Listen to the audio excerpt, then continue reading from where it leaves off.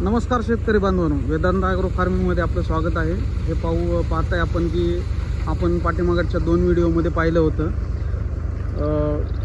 कास्ती धन्याची आपण पेरणी केली होती। त्याचे स्प्रिंकलरद्वारे पाणी भरणी करते वेळेस आपण पाहिलं होतं।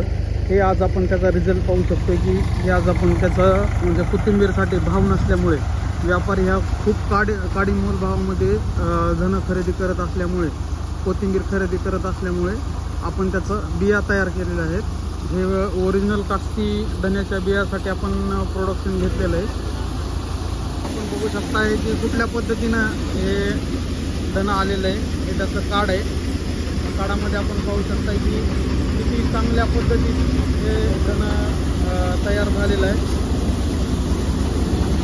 त्याची आज मळणी म्हणजे फायनल बिया तयार करण्याचं काम चालू आहे। आपण पाहू शकता की किती सुपीक पद्धतीनं धन तयार झालेलं आहे।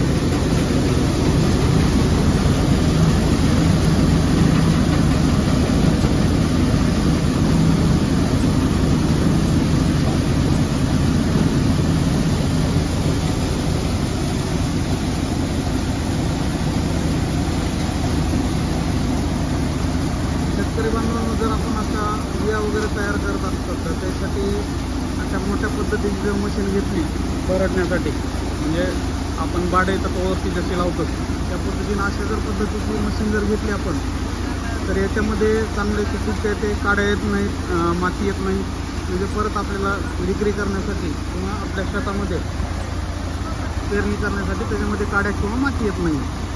त्या अशा पद्धतीनेच आपण वेगवेगळे नवीन व्हिडिओ शेतीशी रिलेटेड अपडेट ऊसाचा असेल, धन्याचा असेल, पावटा असेल तर या पद्धतीने आपण पाहू शकताय। धन्यवाद।